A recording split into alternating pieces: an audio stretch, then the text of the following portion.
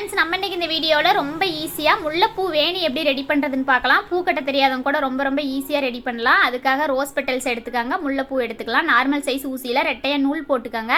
நூல் போட்டு நூலோட கடைசி பக்கமாக நம்ம பிரைடல் வேணிக்காக கொண்டை சுற்றி கட்டி வைக்கிறோம்னா முன்னாடி ஒரு அரைஜான அளவுக்கு நூல் விட்டுருங்க. அப்படி இல்லை ஜடையில் சேஃப்டி பின்னோ பின்னோ போட்டு வைக்கிறோன்னா நூல் தேவையில்லை. இந்த மாதிரி மேலே 3 பூ கீழே 3 பூ வச்சு பூ கட்டுற மெத்தடில் கட்ட தெரிஞ்சால் கட்டிக்கலாம். அப்படி இல்லைன்னா இந்த மாதிரி கயிறு முடிச்சு போடுற மாதிரி முடிச்சு போட்டுக்காங்க. ரோஸ் காம்பை கோர்த்துட்டு கூட அடுத்து முல்லைப்பூ கோர்த்துக்கலாம். பாருங்கள், முல்லைப்பூ வந்து நம்ம ஒன்று பக்கத்தில் ஒன்று ரவுண்டாக கோர்க்கணுங்கிறதில்ல, நம்ம ஆப்போசிட்டாக கூட கோர்த்துக்கலாம். அது வெடிக்கும் போது நம்மளுக்கு ஏதாவது சின்ன கேப் இருந்ததுன்னா கூட அது ஃபில் ஆகிக்கும். முல்லைப்பூ பொறுத்த வரைக்கும் ஒவ்வொரு பூவாக கோர்க்கும் போது கொஞ்சம் சிரமமாக இருக்கும், கொஞ்சம் டைம் எடுக்கும், அவ்வளோதான். அதனால் நம்ம இந்த மாதிரி 2 பூ 3 பூ நல்லா பட்டையாக பிடிச்சி இந்த மாதிரி கோர்த்துக்கலாம். இப்போ நான் இந்த பிரைடல் வேணி ரெடி பண்ணும்போது சாயங்காலம் ஆயிடுச்சு, அதனால் 1-2 பூ இந்த மாதிரி வெடித்த மாதிரி இருக்குது. இந்த மாதிரி எல்லா பக்கமும் பூ இருக்கிற மாதிரி கோர்த்துக்கோங்க. கேப் வந்து சின்ன கேப் இருந்தாலும் பரவாயில்ல, இந்த மாதிரி கோர்த்துக்கோங்க. அது வெடிக்கும் போது சரியாக போயிடும். அவ்வளோதான், பார்த்துக்கோங்க. இந்த மாதிரி எங்கேயும் கேப் இல்லாத மாதிரி கோர்த்துக்கலாம். நம்ம இந்த மாதிரி ரவுண்டாகவே கோர்க்கணுங்கிறது இல்லை, ஆப்போசிட்டாக கோர்த்துக்கலாம். நம்ம ரோஸ் பெட்டல்ஸ் கோர்க்கும் போது தான் ரவுண்டாக கோர்க்கணும்.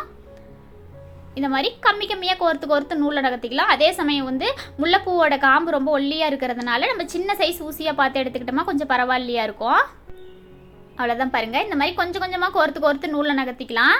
முல்லைப்பூ பொறுத்த வரைக்கும் நிறைய கோர்த்துட்டு ஊசி ஃபுல்லாக கோர்த்துட்டு நகர்த்தும் போது ரொம்ப அழுத்திட்டு இருக்கிற மாதிரி கசகசன்னு இருக்கும். இந்த மாதிரி கம்மியாக கோர்த்து நூலில் நகர்த்திக்கங்க.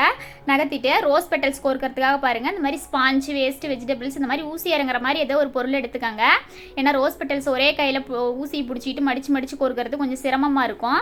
ரோஸ் பெட்டல்ஸ் வந்து சாதாரணமாக இந்த மாதிரி மடிச்சுக்கிட்டு முல்லைப்பூவோட வேணி லென்த்து சைஸுக்கே நம்ம வந்துட்டு இந்த மாதிரி கோர்த்துக்கலாம். எக்ஸ்ட்ரா இருக்கிறத அப்புறம் நான் கட் பண்ணி காட்டுறேன் பாருங்கள். இந்த மாதிரி ரோஸ் பெட்டல்ஸ் வந்துட்டு ரவுண்டாக ஒன்று பக்கத்தில் ஒன்று வர மாதிரி கோர்த்துக்காங்க.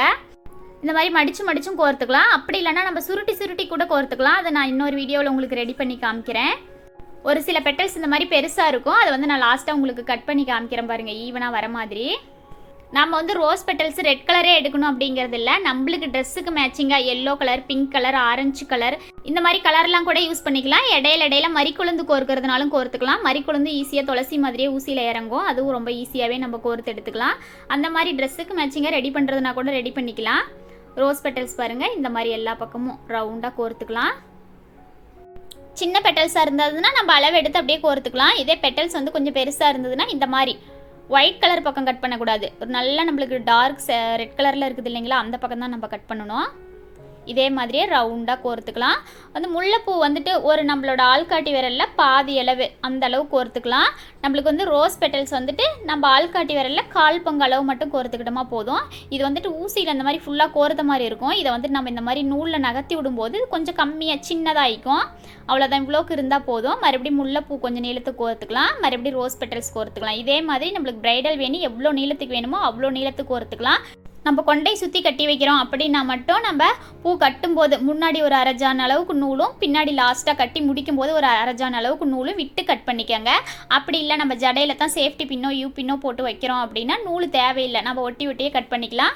அவ்வளோதான், இவ்வளோ நீளத்துக்கு பிரைடல் வேணி போதும். நம்ம கட்டிட்டு நம்ம முல்லைப்பூ வந்துட்டு இந்த இடத்துல நம்ம கட்டிக்கலாம். பாருங்கள், நான் பூ கட்டுற மெத்தடில் கட்டுறேன், உங்களுக்கு பூ கட்டுற மெத்தடில் கட்ட தெரிஞ்சால் கட்டிக்கலாம். அப்படி இல்லைன்னா நம்ம ஒரு ரோஜா பூவோட காம்பு ரோஸ் பெட்டல்ஸ் எடுத்துருக்குறோம் இல்லைங்களா, அந்த ரோஸோட காம்பு இருக்கும், அதையே ஊசியில் வந்துட்டு கோர்த்துட்டு நம்ம முடிச்சு மாதிரி போட்டுக்கலாம். அப்படி இல்லைன்னா நான் ஏற்கனவே பழைய வீடியோஸில் முடிச்சு போட்டு காமிக்கிறேன், ரொம்ப ஈஸியாகவே காமிச்சிருக்கிறேன்.